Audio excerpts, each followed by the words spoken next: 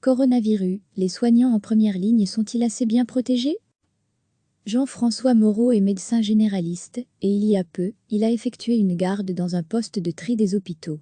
C'est un lieu tampon, où sont identifiées les personnes potentiellement porteuses du coronavirus, afin d'éviter d'engorger inutilement les hôpitaux. Les médecins doivent donc examiner le patient, avec une certaine proximité. Pour se protéger du virus, François Moreau a porté l'équipement recommandé, masque chirurgical, blouse et gants. 3 jours plus tard, ce médecin généraliste contracte le coronavirus et s'interroge donc, cet équipement est-il adéquat? Le masque chirurgical est-il suffisant pour ces soignants de première ligne? La polémique autour du port des masques dans cette épidémie inédite n'est pas neuve. Car, alors que le virus faisait son arrivée en Europe fin février, s'abattant dramatiquement en premier sur l'Italie, qui compte à ce jour plus de 10 000 morts et 90 000 cas, force est de constater que le continent n'était pas du tout préparé. L'illustration parfaite de ce manque de prévoyance est la pénurie de masques auxquels nos pays européens, mais pas que, font actuellement face. Alors qu'en Asie, de nombreux pays ont pu imposer le port du masque chirurgical, ou en tissu, à l'ensemble de la population, l'Europe, elle, pleure après ces masques, et se retrouve à devoir demander aux citoyens lambda de laisser ces masques aux personnes potentiellement en contact avec le coronavirus, et au personnel soignant, de rationaliser l'utilisation de ces masques. De nombreux témoignages d'infirmiers.r et médecins, autant dans les hôpitaux qu'à domicile, font état d'un manque criant de masques, mettant le personnel soignant en danger.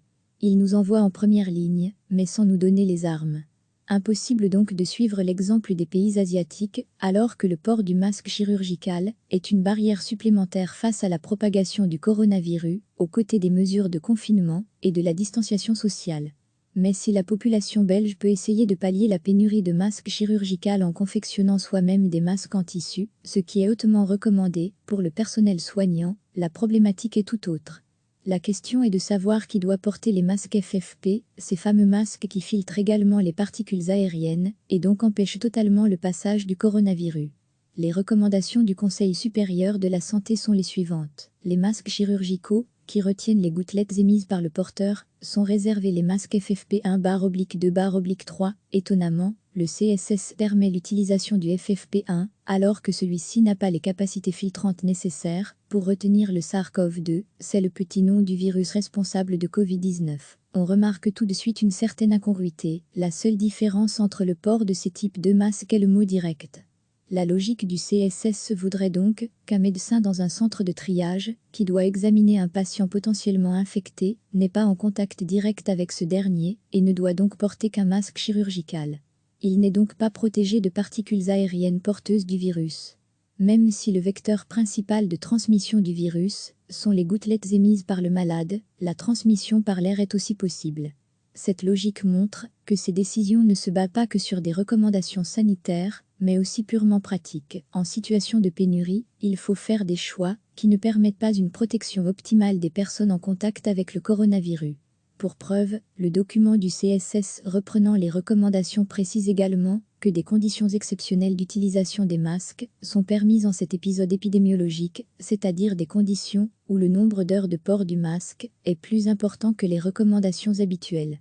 Conséquence, le personnel soignant comme lui aussi a tombé malade, entraînant une pression encore plus soutenue sur le système de santé, qui devient alors de moins en moins capable de soutenir le choc de l'épidémie.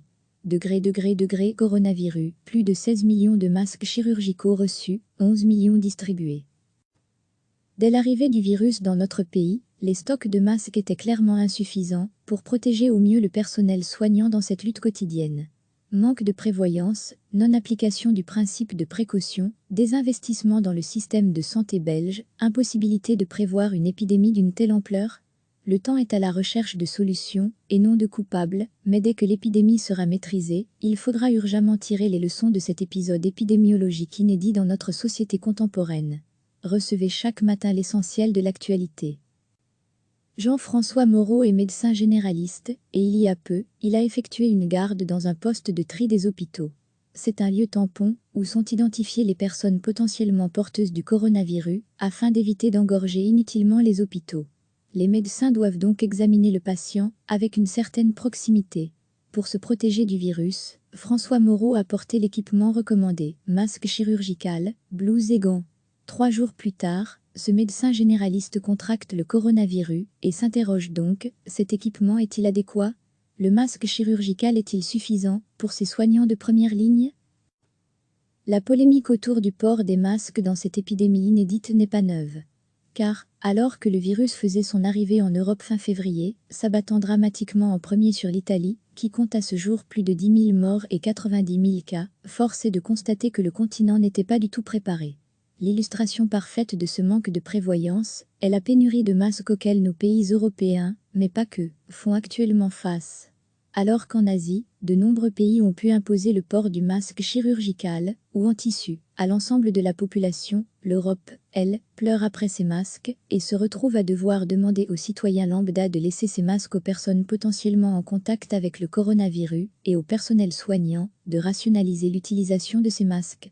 De nombreux témoignages d'infirmiers.r et médecins, autant dans les hôpitaux qu'à domicile, font état d'un manque criant de masques, mettant le personnel soignant en danger. Ils nous envoient en première ligne, mais sans nous donner les armes.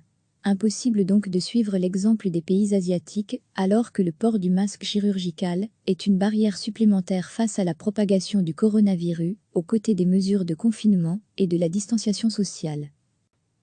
Mais si la population belge peut essayer de pallier la pénurie de masques chirurgicaux en confectionnant soi-même des masques en tissu, ce qui est hautement recommandé, pour le personnel soignant, la problématique est tout autre. La question est de savoir qui doit porter les masques FFP, ces fameux masques qui filtrent également les particules aériennes, et donc empêchent totalement le passage du coronavirus. Les recommandations du Conseil supérieur de la santé sont les suivantes. Les masques chirurgicaux, qui retiennent les gouttelettes émises par le porteur, sont réservés les masques FFP1/2/3. Étonnamment, le CSS permet l'utilisation du FFP1, alors que celui-ci n'a pas les capacités filtrantes nécessaires pour retenir le SARS-CoV-2, c'est le petit nom du virus responsable de Covid-19. On remarque tout de suite une certaine incongruité, la seule différence entre le port de ces types de masques est le mot direct. La logique du CSS voudrait donc qu'un médecin dans un centre de triage, qui doit examiner un patient potentiellement infecté, n'est pas en contact direct avec ce dernier et ne doit donc porter qu'un masque chirurgical. Il n'est donc pas protégé de particules aériennes porteuses du virus. Même si le vecteur principal de transmission du virus sont les gouttelettes émises par le malade, la transmission par l'air est aussi possible. Cette logique montre que ces décisions ne se basent pas que sur des recommandations sanitaires, mais aussi purement pratiques. En situation de pénurie, il faut faire des choix qui ne permettent pas une protection optimale des personnes en contact avec le coronavirus. Pour preuve, le document du CSS reprenant les recommandations précise également que des conditions exceptionnelles d'utilisation des masques sont permises en cet épisode épidémiologique, c'est-à-dire des conditions où le nombre d'heures de port du masque est plus important que les recommandations habituelles. Conséquence, le personnel soignant comme lui aussi a tombé malade, entraînant une pression encore plus soutenue sur le système de santé, qui devient alors de moins en moins capable de soutenir le choc de l'épidémie. Coronavirus, plus de 16 millions de masques chirurgicaux reçus, 11 millions distribués dès l'arrivée du virus dans notre pays, les stocks de masques étaient clairement insuffisants pour protéger au mieux le personnel soignant dans cette lutte quotidienne. Manque de prévoyance, non-application du principe de précaution, désinvestissement dans le système de santé belge, impossibilité de prévoir une épidémie d'une telle ampleur. Le temps est à la recherche de solutions, et non de coupables, mais dès que l'épidémie sera maîtrisée, il faudra urgemment tirer les leçons de cet épisode épidémiologique inédit dans notre société contemporaine. Cliquez sur s'abonner pour recevoir les dernières nouvelles.